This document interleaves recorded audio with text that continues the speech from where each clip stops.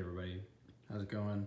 It is that time of year again where I'm going to do another state of the collection video. My collection has changed a lot in the past year because this past year, 2019, I really got back into the hobby. I got back into the hobby and I got in more so deeper than I was originally, to the point where I have really kind of grown into more mid-techs and I'm not going to say custom knives just yet, but I'm getting there, which is a big jump from the strictly production-based or production knife collection that I've had my entire life, or at least my entire life in the hobby. So I also went to Blade Show. I've started to try and find more knife stores wherever I travel, and it's just been a wild year, basically. I spent a lot of money, but I ended up getting to experience a lot of cool knives, some of which are not in this case right now, which is sad, but they have been knives that I've definitely gotten to handle and enjoy and have marked down for future acquisition because I know that I enjoyed them as much. So before we get into it, you can see that I have a lot of stickers on here.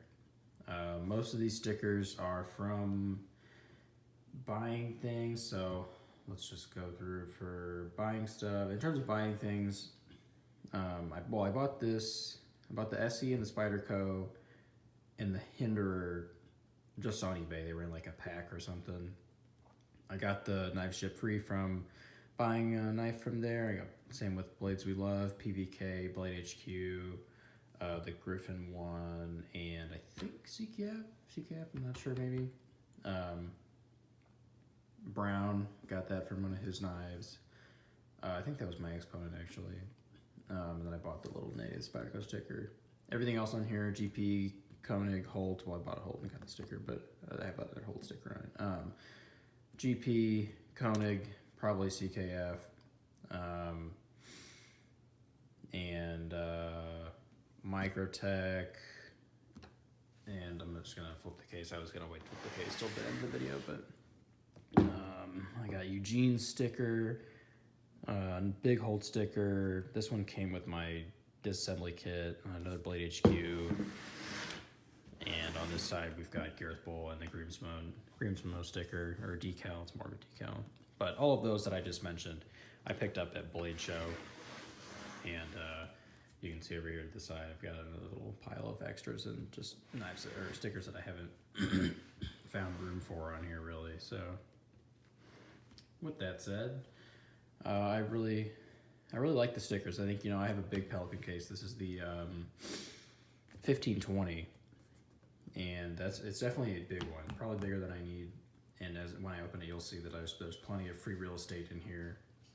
But I'd like to think that I could fill it one day. So I plan on keeping onto this thing forever, because it's not like I'm gonna need to grow really, unless I just get to insane lengths of collecting, which who knows. But yeah, you can see that a lot of these stickers are starting to come off, which is really annoying. I guess it's because the material this case is made of, it's polypropylene, which I looked it up and apparently nothing sticks to it. But as you can see, a lot of these stickers do. So I guess they just are using different adhesives and it determines whether it sticks or not. So it's kind of annoying, but what are you gonna do? So without further ado, we'll pop it open. Excuse me for clearing my throat. I think I'm getting sick because it's, that time of year. But let's start over on the right side with the less exciting stuff for the most part. We've got Leatherman Free P4. This is I'd say my first real multi-tool. It's the Free series, which means it's magnetic. Everything's magnetic. There's a little magnet holding the sides together. Every tool in here has lock.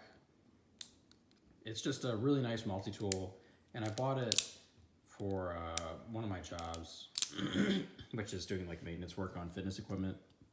And this has really come in handy, especially because when I started working there, they didn't have a very good array of tools, and so I got to the point where I was like, you know what, I'll just buy my own. So it's got a great pocket clip. It's big, it's heavy, but it's really, really nice. And I have really enjoyed it so far. So That is the Leatherman Free P4. We also have next to it my Leatherman scale tool. This was my kind of OG. It's just very simple, pliers. It's got a pocket clip, which is okay. Nice carabiner thing or whatever you can put in your belt loop. It does have a bit driver, which has 2 flatheads, and then also right here you can see it. There's a bit that slides in, a Phillips head, and then it's just got 1 combo edge blade. So very minimal, but that's by design. Next up we have a little like Boy Scout multi-tool, very simple. 1 main blade, 1 small, or I guess no, this is an all can opener, bottle opener, and flathead, and that's it. This was a gift, so that's why it has stuck around. We also have a Porsche design multi-tool. I have no idea where my dad got this. This is his. Very simple, you know, very Swiss Army knife-esque. It's got a corkscrew, flathead bottle opener, can opener, full-size blade, scissors are in there, and then it also has a smaller blade. So, kind of weird, kind of a unique thing. I doubt they make these anymore. I doubt you could find one easily, so that's why it stuck around. This is the Victorinox Huntsman, I think is the name. I'm not really sure. Just kind of a bigger multi-tool. Got a locking blade with a pretty big serrated edge. Also have your typical bottle opener, flathead, can opener. You got your screwdriver and an awl, so very minimal with the signature toothpick and pliers in the bottom. There we go. Last up for the multi-tools is the kind of like Boy Scout Swiss Army knife. I think it's just a little bit bigger than the normal ones, but small blade, big blade, scissors, and the whole can bottle opener situation with it's got a screwdriver, and then it also has this weird hook thing. I think this is for fishing or something. I'm not entirely sure. Never used it. And then it also has the toothpick and pliers back there. Let's move over to the bottom over here. It's a small little lockback nail nick opening. I got this when I was a kid. So some of these knives, some of the shittier knives, quite frankly, have sentimental value, and that's why they're still here. Then we have the CRKT Ashworth Turtle. Kind of a cool little design. It's got a locking blade. Blade is not very sharp, but you know, it doesn't need to be. You're not gonna really use this for anything. Then we've got the Boker Subcom, I think is what it's called. If I remember off the top of my head. Doesn't say. So I love this little thing. They make some really cool color combos and like blade styles. There's like emergency, like with the seatbelt cutter and like full serrations, hawkbill kind of shit. So very cool, very just kind of unique little knife. Extremely thin, big old pocket clip, super small, but it's weird, but it's good. It's nice to hold. It's got good jimping on the back of the knife and the spine of the blade, as well as some on the butt and on the grip area. So very small, very weird, but a nice knife overall. After that, we have this, which is another Boy Scout knife. This was a kind of a ceremonial thing, or I don't know what to call it, from a jamboree, national jamboree, or just kind of like the big, it's like the blade show, but for Boy Scouts, I guess, if you want to put it that way. And I guess they have some cool patches on here. I'm not entirely sure what these are. This was also a gift, so. Last up for the miscellaneous knives. This is a Uncle Henry knife. It is absolutely massive, and it is in terrible condition. I do not know why I still have it. My dad found this in a gas station parking lot when he was like 10, and he just kept it, and so I was like, well, why not? Might as well make my case look more full. So there's that. Got rid of the, or got out the little guys out of the way.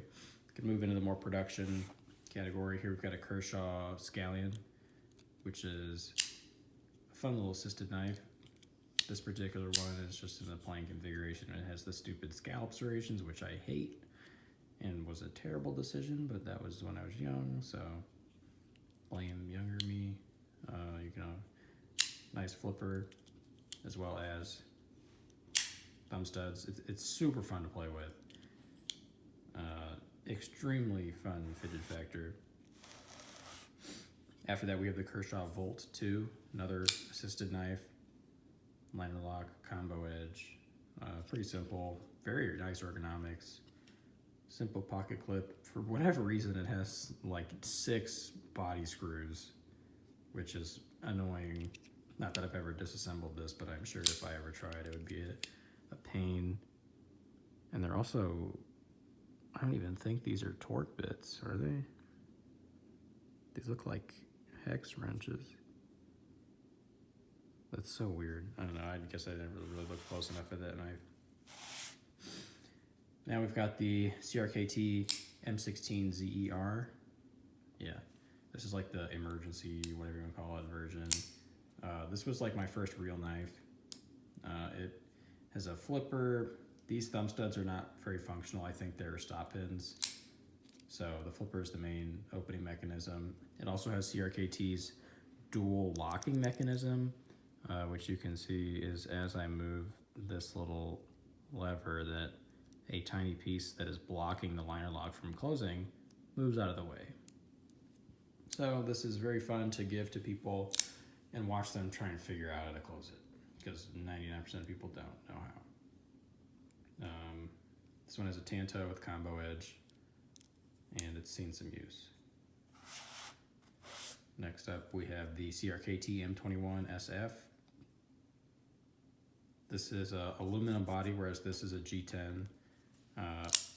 Double, I don't even know what to call these, like blade guards, handle guards. This knife I love. This knife has seen some shit. It is not in the best condition. It has some blade play, but that keeps the action nice and light, nice and loose, which I'm okay with because I don't ever use this knife seriously for the most part. Again, thumb studs are non-functional. They serve as the stop pin. Nice pocket clip. Huge. I don't even like. This like looks like a sword. This one has a big spear tip blade with a combo edge, but it's combo, but it's still got a very hefty amount of blade surface area up here. So the fact that it has partial serrations is not a big deal for me. But yeah, solid aluminum. It's still pretty hefty, even though it's been heavily skeletonized. Moving into the real production knives, or at least the ones that I favor most and actually carry now. I'll start out with classic Benchmade 940. I don't know if this is a 940 dash something. I know there's a number of them. This has green backspacers. I also know there's different color backspacers. I don't know why. Great knife. I mean, there's a reason it's so famous and it's done so well and so popular. So I'm not gonna try and articulate why it is so good, but this one, you know, it's got the recurve Tanto, which they all have, but it also has the combo edge. So yeah, and for all of Benchmade's problems, this one is pretty good. I mean, you can definitely see it is very off-center. No blade play though, which, you know, which one do you like more, blade play or off-centering? So it's a personal decision. This guy has nice G10 scales with steel liners, which help keep the axis lock stable. Super smooth. Axis lock is always so much fun to fidget with the generic Benchmade pocket clip on this guy. Next we have the Benchmade Mini Griptilian. This particular one has the sheep's foot blade with the thumb hole opening, generic black GFN scales, glass filled nylon. Axis lock does make it a little difficult to spidey flick. So, but that's why you can just flick it with the axis lock, and it is super smooth. This guy again, a little off center. Blade play. I could probably tighten this guy and make him a little bit better, but I don't use it a lot, so might as well just keep it nice and loose to fidget with. After that, we have the classic Benchmade bug out. This is in the OD green handle with the gray / black coated blade and the bronze hardware. I just did a review on this guy. It'll be released before this big video, so if you're interested in it, go watch it, because I have some hot takes about this knife and about Benchmade's business strategy towards it. So if that interests you remotely, go check it out. But yeah, this is a very famous knife for its EDC friendliness. It is extremely thin and lightweight, coming in at less than 2 ounces. And the blade is a very nice, good flat grind, thin behind the edge. It's a semi-solid knife, but it also comes with a very nice, very small, deep carry pocket clip. I hope to one day pimp this guy out, put some, Rogue Bladework scales and a rock scale designs backspacer, but until then, he will be sitting as a plain Jane bug out. Another Benchmade. If you haven't noticed, I try to organize them by row for the most part, by brand, but I kind of didn't think that through when I was pulling out the foam. So anyway, this is the Benchmade 300 series axis flipper. This is a weird knife. The flipper sucks. Why would you market your knife as like the only flipper that Benchmade makes, at least at the time? Now they have other ones, and it's absolute garbage.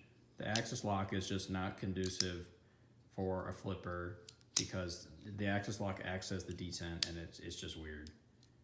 And this guy used to be super smooth, but then I realized that blade play was bad, and so I tightened him up. He still has a little bit of blade play, but he's not very smooth anymore, and I really don't like this knife. It's my dad's though, so the ergonomics are fantastic. As you can see, it's got very distinctive finger grooves for good grip. The blade, I love the satin finish on this blade. It's just very well done with a tasteful top swedge, just a little bit. Minor jimping on the spine of the blade, which does nothing. Good, big, deep carry pocket clip. And the G10 scales are very grippy. They feel good, and I think they look kind of cool too. And lastly, for Benchmade, if I can get it out without tearing the foam, which I already did, cool. Let me just get that out. Benchmade AFO2. The pocket clip is on this side because my dad is left-handed. Very, very solid OTF. Unfortunately, it has a tiny bit of blade play. Extreme, I don't even know. This thing is just a freaking tank. Its ergonomics are fantastic. It's got jimping in all the right places, in every finger grip, on the butt and the back. 4-way reversible pocket clip. Yeah, I'm just trying to see what's on the blade. I didn't know. Full aluminum scales, or handle, whatever you'd like to call it, with some interesting milling designs in them. It's just such a solid feeling knife. It's so satisfying just to feel that thwack every time it opens. It really rocks your hand. Also has a lock, which you can lock in the open position and lock it in the closed, so you can't open it. Very, very nice knife. I don't know how old this one is. I'd be interested to know if they've made any changes to a newer version or whatnot, but this pocket clip is absurdly tight, by the way. I don't know why. I don't carry this guy, so. Alrighty, let's move into Spyderco. Starting off with Spyderco, we have a little baby. I think this is the Ladybug. It might be the Man Bug. I honestly can't tell you the difference other than size, and I don't have the other one to compare, because the two that I have are the same. Anyway, this is in the Salt series, though, as you can tell by the bright yellow FRN scales, which is fiberglass reinforced nylon. This is then made in their signature H1 steel, which is highly corrosive resistant, full serrated edge, and just kind of a cool little novelty knife. I love the yellow, it looks so good. No pocket clip though. Then we move into the other one. This is the man bug or ladybug, whichever the last one is. Also full serrations, but this is in VG10, which is kind of their default steel, kind of shitty, in black. Not very ergonomic, given it only fits about 3 of my fingers. Does have some good jimping though, good texturing, and the FRN scales always feel good. Next up we have an old ass Delica. I have no idea how old this is. It is old. This thing might be older than I am. You can tell by the clip it's seen some wear. Yeah, made in Seki City. There's Seki City factory, VG10 steel, combo edge. Very nice knife, very solid. Very nice clip point blade in VG10 steel. Comes to a super fine point. Very good for piercing. I should get a newer Delica, really. I think they're smaller now, which is a little disappointing because I think this size is perfect. It fits in my hand just right. Could use a little jimping on the spine, but yeah. Next we got Spyderco Atlantic Salt. This one is also quite old. Salt series in the H1 steel, full serrations. This is also my dad's knife. He uses a lot for like trimming vegetation and plants and whatnot, so you can see it's kind of all messed up. It's got some sap on it. Needs to be cleaned. Too bad it's pinned together and you can't take it apart, but you know, that's just the FRN way. Yeah, I don't really have a lot else to say about this knife. Very nice ergonomics. Fits the hand just right. It's even a little big for my hands, honestly, which is rare. So, there you go. After that, we have the Spyderco Tenacious, which is such a fun knife to play with. Unfortunately, as you just saw, this is full serrations, but I'm pretty sure these are like 10 bucks at Walmart. So if you don't have one of these and you have the money to blow, or you're looking for a solid first knife, these are so, the value for these is fantastic. They, like the fidget factor is wild. If you want to get good at spider flicking something, get a Tenacious, because you can spidey flick it with every single finger. Like, I don't know what it is about these. I mean, I'm pretty sure it runs on phosphor bronze washers. Might even be Teflon, but there you go. All 5 finger flicks. Super fun, super satisfying. Very simple construction with full G10 scales, steel liners, liner lock, nice generous pocket clip, lanyard hole. Good jimping on the back. Ergonomics are so-so. The handle shape's just a little bit weird, and the fact that the lock bar cut out, or whatever this is, to disengage the lock bar is so big, kind of makes it a little weird to hold, just when your pointer finger is kind of like dipping down into the handle. But yeah, great knife, super affordable, great value. Next knife is, the value is a little bit more subjective. This is the Spyderco Paisan. This is their collaboration with Peter Rosenti. Well, their second collaboration with him.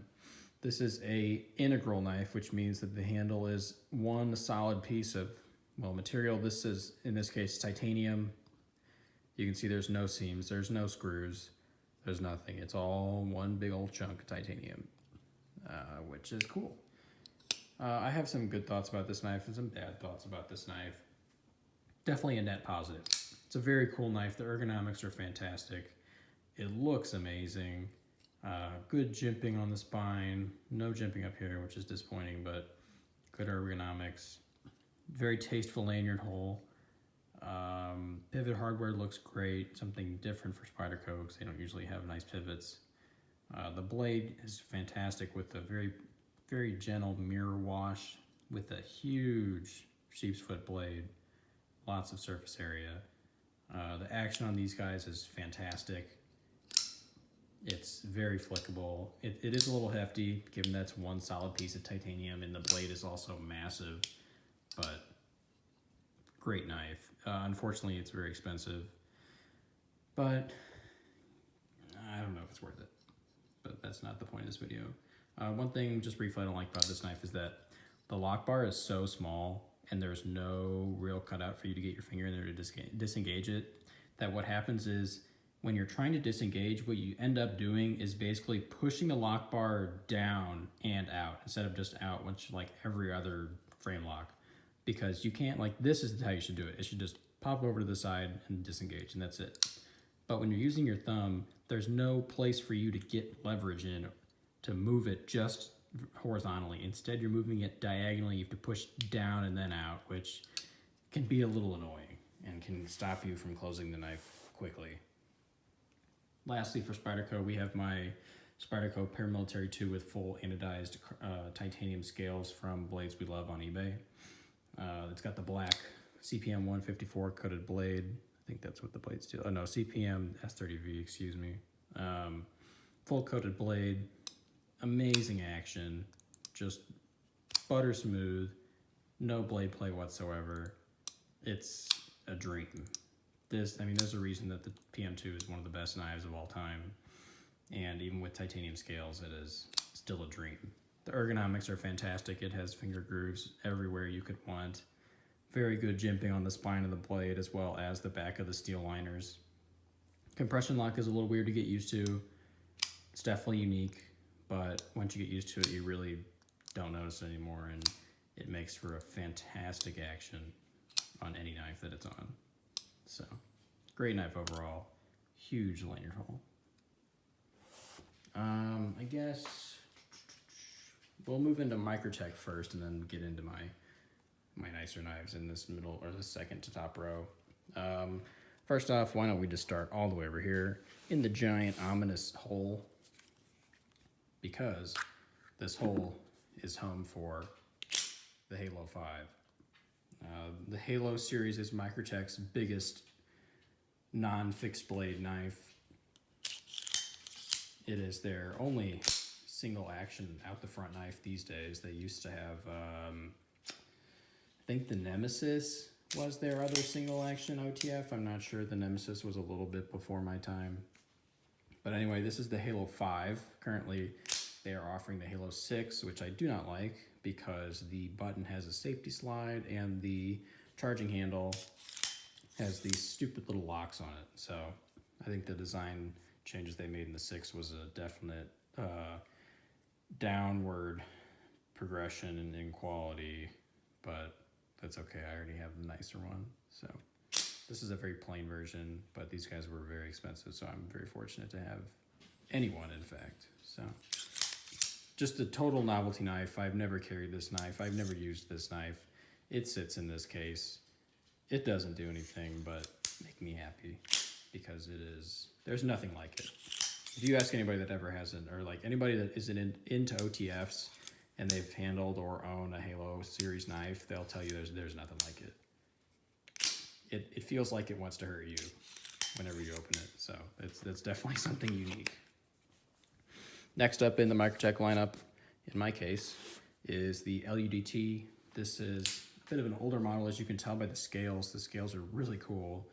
I think the newer scales are kind of lame. They're actually very similar to the AFO, but I love this. I think this is such a cool design with these cool little divots milled into the handle.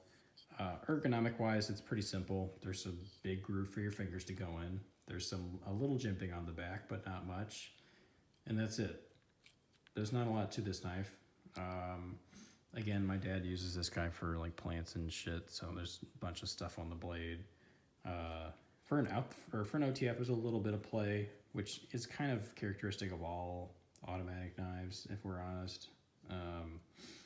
Most traditionally OTFs, but you know, side opening automatics also have their fair share of blade play. But yeah, for being aluminum, this guy's actually very light. I don't think there's any internal milling in here, but it's just a very light knife. It's pretty sturdy, and I think the newer version is bigger. Let's see how old this one is. This one is 2011, so yeah, this one's almost 10 years old. There you go. Next up, this guy is the most recent edition. It's the Microtech Exo set in the blackout version. So definitely a weird, niche little knife. Thumb slide is very smooth for a Microtech. Just a weird knife overall. Very novelty. Serves one purpose, and that is basically to either be a fidget knife or to, if you want to actually use it as a money clip. but I imagine most people are just going to use it for fun. So, weird little knife, not worth 260 bucks. Next up is probably the oldest Microtech that I have.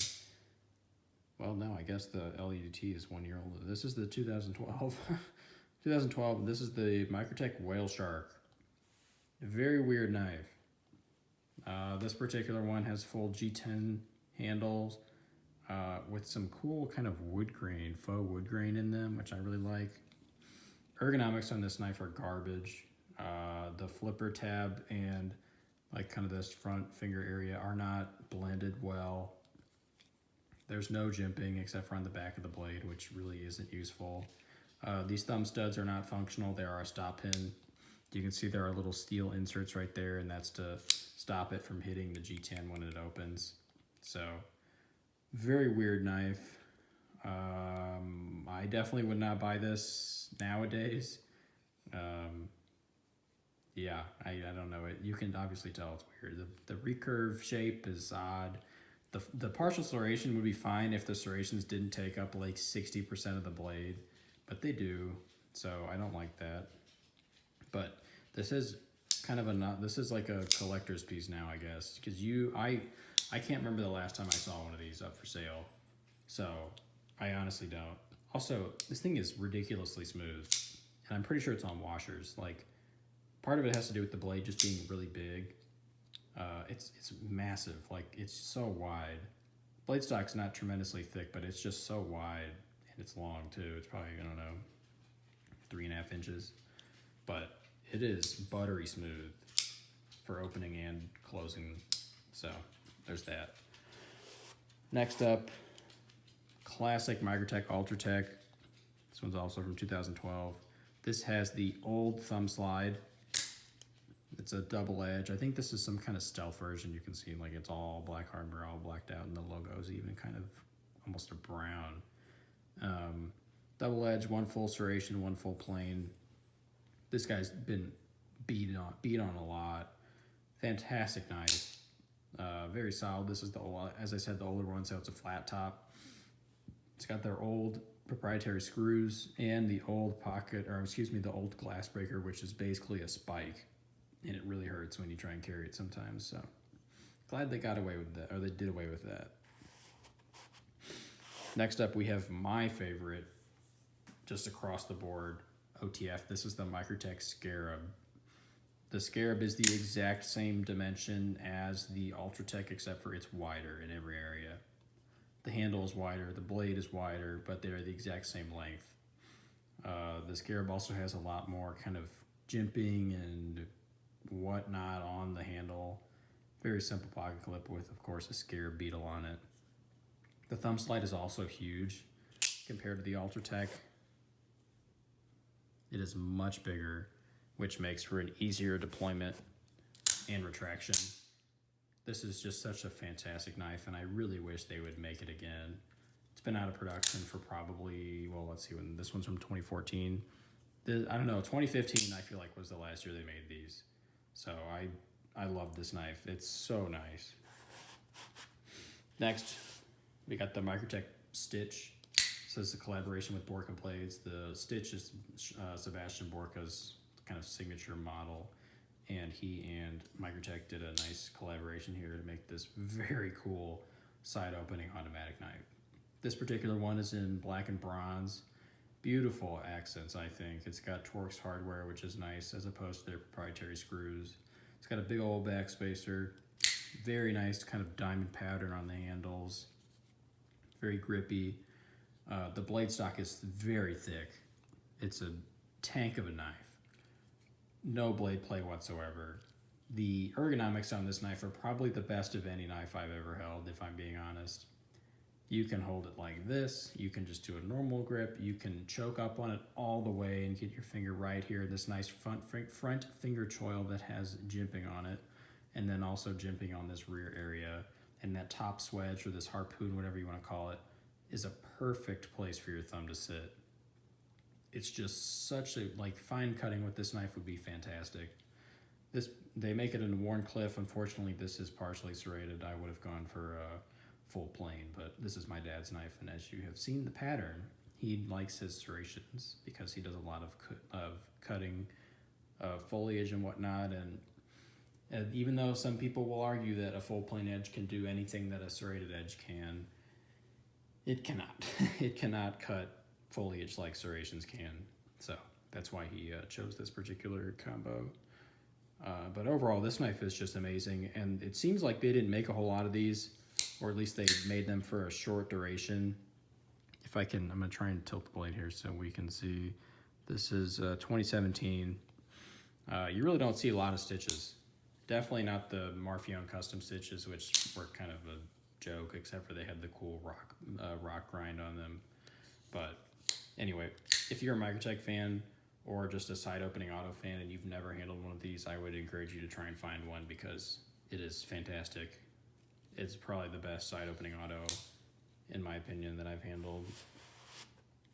Moving into the big boys, we have the Combat Troodon. This is a carbon fiber front scale with the Hellhound blade in the Apocalypse finish. This is part of the Signature series, which is kind of the middle area between production Microtechs and the Marfione custom. I love this knife so much, and it's honestly just because of the blade. Although the carbon fiber is beautiful. It's a very nice touch. It really makes it stand out between a production Microtech. Adds a little bit of extra flair to it. And man, the Hellhound blade is probably the second coolest blade Microtech makes. This knife is just amazing. Great ergonomics. Microtech is just such a fantastic production knife company, and they own the OTF industry, no question. Lastly, for Microtech, we have the newest acquisition, well, second newest. This is my first Marfione custom. This is a full carbon fiber front with the Interceptor blade. This is serial number 2 with beautiful blue accented hardware and thumb slide, and even with the glass breaker. This Interceptor blade is amazing. These saw teeth on the back are not functional, they're purely aesthetic, but holy shit, do they look good. The spine of the blade, actually the top in this kind of bowie area, is actually sharpened as well, which took me a little bit to notice. But just a fantastic knife. It's beautiful. It has all the great ergonomics of the Combat Troodon with the Interceptor blade and a nice two-tone stonewash finish. So I love it. All right, moving into my kind of the upper echelon of my collection. We're going to start off with the only Shirogorov remaining. This is the Shirogorov F95 with carbon fiber inlay. Unfortunately, I sold my Hati this year, which I regret, but it did allow me to get to handle and experience knives that I am glad that I had the chance to, which included a Shirogorov 111, which I ended up trading. So, but we will. That's another story. So, F95. This is an older version. This only has single row bearings, and it's an M390.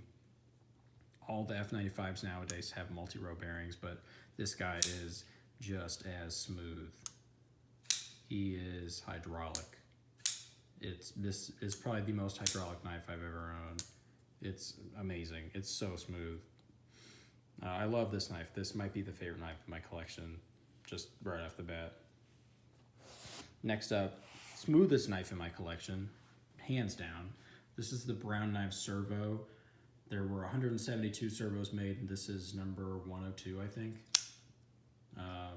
Servo is definitely a weird looking knife, if I'm honest. This particular one has a nice polished titanium handle with these cool little circles milled into it, and I love it. Very unique. Unfortunately, this does not have any Damascus accenting, which I really wanted, but I could maybe find those another time. The reason I say this is the smoothest knife, however, is because there's no other way to describe this action besides magnetic. It feels like the blade is being pulled into the handle, and I've never felt that with any other knife, even with Craig's Exponent, although I've heard that his newest model, the LHC, I don't know what it stands for, but his newest model, the LHC, apparently is the same way. I've heard that it is also magnetic-like, where the blade just feels like it is fighting to go back into the handle. Truly a unique knife. Very glad that I own it. Now we have the Holt Blade Works Spectre. This is a prestige Spectre. Has Timascus accenting with a purple and kind of bluish green Timascus clip and backspacer. Very beautiful knife, very cool. Definitely very sought after. This is serial number 499 with a beautiful, I think they call it a semi-mirror finish or something, or no, it's called nearer mirror finish. This also has the amazing feather in the nude handle pattern with a 6-spoke purple anodized pivot that accents the purple and the Timascus very nicely. I don't really need to say anything about the Spectre. It is a fantastic knife. I will say that they are overhyped, which I know is going to be an unpopular opinion, but I think that the hype train has gone on for a little too long with these guys. They're fantastic knives. They're starting to approach ludicrousy with their secondary marketing, but you know, I can't do anything about that. So, great knife. There's a reason people like them so much, but I like other knives more. So, I'm glad that I own this, and I have no chance, or no intentions of getting rid of it anytime soon. So, Holt Blade Works Spectre, Prestige. And I guess we're coming to the end. Last but not least, we have the Koenig Knives Arius. This particular guy has a Timascus backspacer. I need to get a Timascus clip. I am so, of all the knives that I want on my wish list right now, I think that another Arius is at the top. And I don't mean I'm going to sell this one and get another one. I mean I want two. They're such an amazing knife. This is a Gen 2. They recently just started producing the Gen 4. And I wanted a Gen 3 really bad, but now that the 4 is out, I don't know what I'm going to do with myself. I need to get one. This is such a fantastic knife. A lot of it comes down to personal preference for me. I love the size. I love the heft to it. Being that this is a Gen 2, it has no internal milling. All the new ones do, which I'm going to be fine with, but I will miss this heft a little bit. The blade is amazing. It's a great shape. It's a great size. Good surface area. Excellent flipping with the blade groove or the fuller. The flipper tab on the Gen 1s and 2s is absolute shit, but that's why they changed it with the Gen 3 and 4, and that's part of the reason I want a new one so bad. I love the handles on these so much. This is a super subtle texturing here on the blackened titanium, which looks so sexy, especially with this blue hardware. The biggest thing that I don't like about this particular Arius is this acid washed blade. I was actually going to swap with somebody, but he kind of just ghosted me, so. But, you know, what are you going to do? I'm still very happy with this knife, and I love this knife a lot. And I cannot wait to get a Gen 4. So, there we go. I think we got through everything. The one thing I will say is that I do have 2 fixed blades in my collection.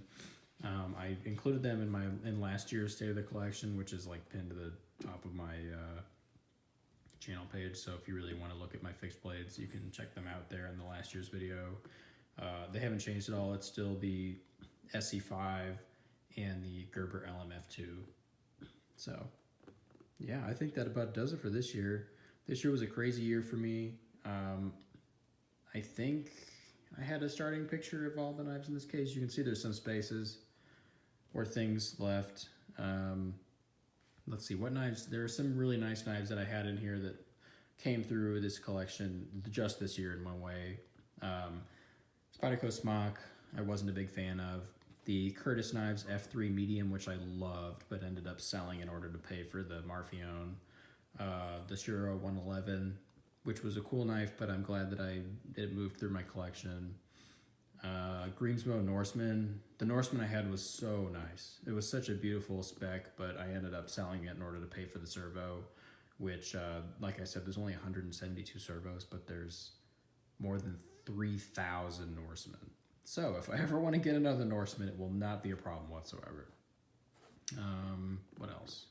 I had the CKF Sukhoi 3, which was right there. That was a good knife, except for they built it wrong. and it had an extra washer in it, and so when I disassembled it and the third washer fell out, I had no idea where it came from, so I couldn't put it back together in the right way, which sucked. But what else? If I didn't say it already, the Brown Knives Exponent. Craig Brown's front flipper, which was a cool little knife. Glad I got to handle it, but I did not like it enough to hold on to it. I don't think there was anything else really that passed through my collection this year that I can think of that was very notable. I did lose some knives, well not lose, but I sold some knives. I sold my Benchmade Barrage. I sold one of my mini Griptilians, but got the bug out to replace it. My Spidey Chef, I kind of miss my Spidey Chef. That guy got sold. My Microtech UTX 70 got sold, the Hellhound.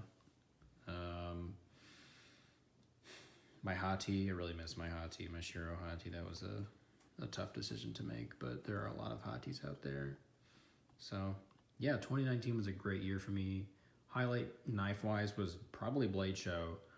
I will never forget Blade Show, and I will want to go every year for the rest of my life because it was so amazing. So great knives passed through my collection. Great knives remain in my collection. I'm pretty stingy about my knives. I know there are a lot of guys out there that love to just cycle knives through. They just want to see everything, and so they get a knife and they sell it, or they trade it for another one, and blah, blah, blah, but I can't do that. I love these knives, and I know like if I got rid of them, I would just miss them a lot. Or in the case of like these guys down here, selling them would basically get me like a combined $20, so it's not even worth it at this point. So yeah, this year was great.